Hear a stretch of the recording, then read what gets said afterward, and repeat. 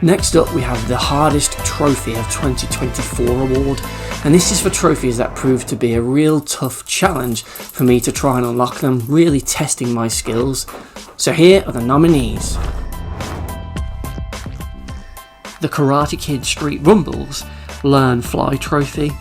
Now this trophy requires you to be a god at music rhythm minigames, which is stupid as this is a side-scrolling beat 'em up. The Learn Fly trophy can only be unlocked by scoring 90 points on this crane kick minigame, which is only possible by playing the perfect game and hitting the X button all of the time as it swings past the green zone. Miss one at any point and you've failed, as there is simply not enough time to earn the 90 points otherwise. The timing of this is really awkward too, and worst of all, the pendulum speeds up partway through this minigame, and trying to maintain a combo, especially near the end when you can see the timer counting down, is really difficult, as that will just put you off, so you're gonna fail this over and over and over again. It'll make you question your sanity and if it's even worth going for these trophies and trying to get the platinum, because this is just absolute torture. You've been warned. Wanted Dead Ramen World Legend Trophy. So I played this game earlier in the year before I came across Karate Kid, and like that game, the hardest trophy to unlock in this third-person hack slash and shooter game was a minigame trophy. In this minigame, you have to eat bowls of ramen, and it plays out like Guitar Hero, with you having to press the buttons at the right time, which sounds simple, but to get the trophy, you need to beat the entire 6 or so minute long song, eating 10 plus bowls of ramen without ever missing a single button press. That is crazy. That is stupid. That is BS. What were they thinking?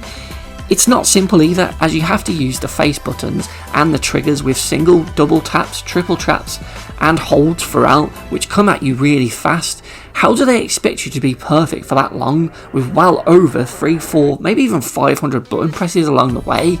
It's absolutely crazy and just stupid. So stupid in fact that they later patched it to change the requirement, so now you just need to hit 250 hit combo, which is still really difficult to try and chain 250 hits together without a single miss. And of course, it's still BS.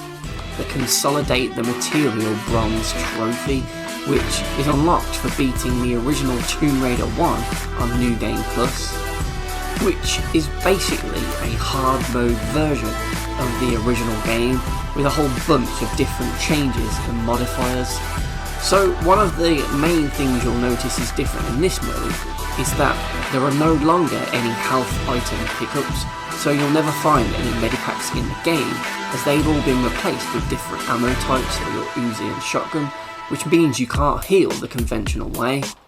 You also can't save anywhere in this mode, as the option in the menu has been completely removed, forcing you to play it like how it worked in the original game back on the PS1, as now there are save crystals in the levels that you have to reach and use them to perform a save, and when you do make a save in New Game Plus, it will also refill your health. And trust me, in this mode you're going to definitely want as much health as you can possibly get, because while in some of the levels there are a lot of save crystals, like in this level here, there's pretty much a save crystal on every floor of this room, other levels will require you to go for long stretches of gameplay before you reach another save crystal, and if you make one wrong move to the old controls, or you mistime a jump or get killed by a creature, you'll have to replay all of that section again and hope that next time around you get to that shiny blue save crystal. And if all of that didn't make New Game Plus tough enough, this mode also increases the amount of damage that bosses and enemies deal to Lara, meaning that Lara will just die really quickly at times as she gets swamped by a load of animals attacking her, and your health bar will just quickly drain to 0. The Retro Gamer trophy requires you to beat stage 9 of Pac-Man, and this is by far the hardest trophy in the game.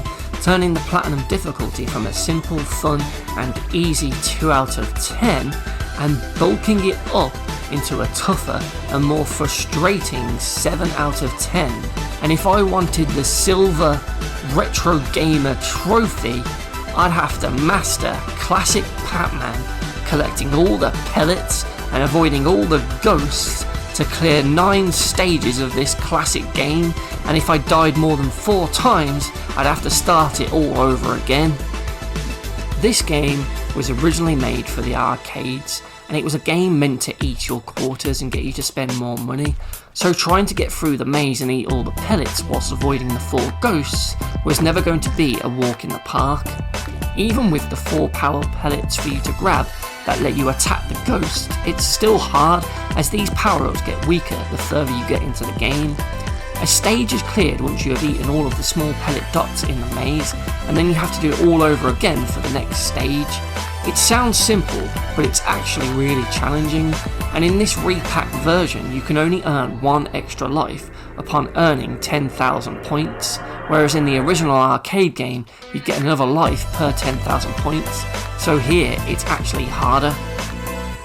Another issue is Pac-Man's control, as you can often find yourself failing due to Pac-Man getting stuck on a corner in the maze. It may only stop you for a split second, but that small moment of being still can often result in a ghost catching you. The main problem you'll have when going for this trophy though is the ghosts and how unpredictable they appear to be, at least at first glance, as they will often outsmart you and pin you into corners, taking life after life off you until it's game over. Yeah, there it is. Finally. The Retro Gamer trophy takes no prisoners, and annoyingly it's only a silver when really it's worthy of being a gold. Like I said, it's the toughest thing you're going to be doing in this game, and it really does live up to that Platinum Killer title. It can be really upsetting and frustrating to fail on a good run and then struggle to even get close to where you were on the next. But if you do what I did and look up the routes online for each level, you'll soon be able to get it once you've nailed those patterns down.